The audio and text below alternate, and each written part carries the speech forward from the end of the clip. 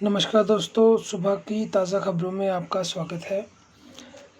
पहली खबर ये है कि संक्रमितों जितने हमारे भारत में हैं उसमें 29% जो भारत की सरकार की तरफ से दिया गया डाटा है उसमें 29% तबलीग जमात के लोगों का पाया गया है। आतंकी हमले में सीआरपीएफ के 3 जवान शहीद हो चुके हैं, ये बहुत दुखद खबर है। उत्तरी कश्मीर के बारामूला ज़िले में सोपोर में ये हमला हुआ जिसमें हमारे 3 जवान शहीद हो गए। अगली खबर है कि 26 नौसेना के जवानों को में भी कोरोना का संक्रमण पाया गया है।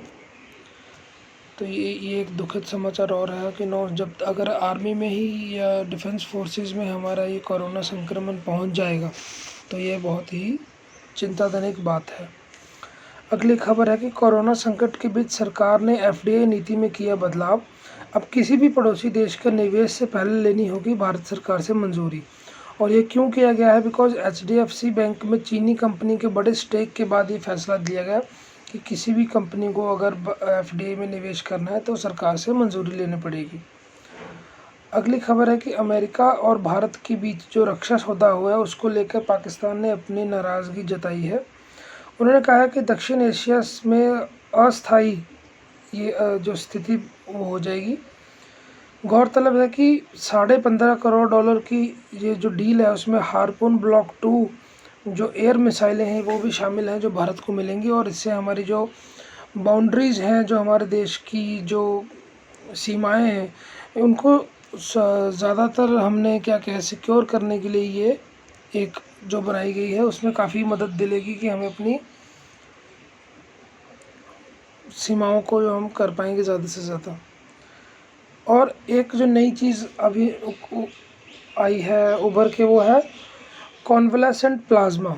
क्या चीज़ है? एग्ज़ाम के पॉइंट ऑफ व्यू से मैं आपको बता देता हूँ कि जो पेशेंट्स कोरोना के हैं वो जो ठीक हो चुके हैं उनके ब्लड को में से उनका ब्लड लेके उसमें से एंटीबॉडीज़, बिकॉज उसमें है क्योंकि उन्होंने रिकवर किया है कोरोना वायरस को, उनके ब्लड में से एंटीबॉडीज़ लेके उसको जो डॉक्टर्स हैं उसको नाम दिया है कॉन्वलेसेंट प्लाज्मा। उससे वो कोशिश कर रहे हैं कि जो कोरोना की दवाई वो जल्दी से जल्दी मिल पाए। एक बड़ी खबर कोरोना को लेकर आ रही है कि यूरोप में अभी भी हालात में सुधार नहीं हुआ है। मौत का आंकड़ा जो है वो 1 लाख के पार पहुंच गया है। यूरोपियन देशों में इटली और स्पेन सबसे अधिक प्रभावित देशों में शामिल हुए हैं। स्पेन में मौतों का आंकड़ा 20,000 से पार पहुंच चुका है और ब्रिटेन में बीते 24 घंटे में 885 लोगों की जो मौत हो चुकी है। तो ये काफ़ी ही जो यूरोप में इसने कहर बरपाया है कोरोना ने। बाकी सारे न्यूज़पेपर्स में भी आज ज़्यादातर कोरोना के बारे में ही दिया गया है, लेकिन हमने जो इम्पोर्टेंट था, एक तो हमने कॉन्वलेसेंट प्लाज्मा को कहा गया है। मौसम की खबरें हैं कि कहीं बारिश हो रही है तो कहीं तेज़ हवाएं चल रही हैं। दिल्ली में भी आपने देखा होगा कल हल्की हल्की बूंदाबांदी हुई। तो ये धूल भरी आंधी और चलने अगले 2 दिन तक मौसम वैज्ञानिकों का कहना है कि अगले 2 दिन तक ये स्थिति ऐसे ही बनी रहेगी।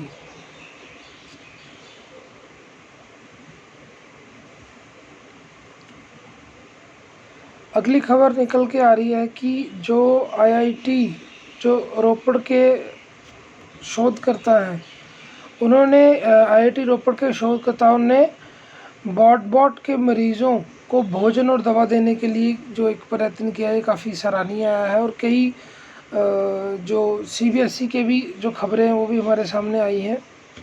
सीबीएसई ने भी कहा है कि हम जो सीबीएसई बोर्ड ने राज्यों के स्कूलों को फीस भुगतान व शिक्षकों के वेतन लेने के लिए जांच के दिए आदेश। बिकॉज हम सभी देख रहे हैं कि लॉकडाउन के बीच में जो सोर्स ऑफ इनकम है वो काफ़ी नीचे चला गया लोगों का। और इसमें सभी को चाहिए, स्कूलों को भी चाहिए कि वो कम से कम ना ले फीस, उनसे थोड़ा लेट ले लें या फिर उनमें राहत का कुछ प्रावधान किया जाए। तो ये काफ़ी उसमें है। तो इसी के साथ जो मेन न्यूज़ थी वो हमने पढ़ दी है और आज के समाचार यहीं समाप्त हुए। धन्यवाद।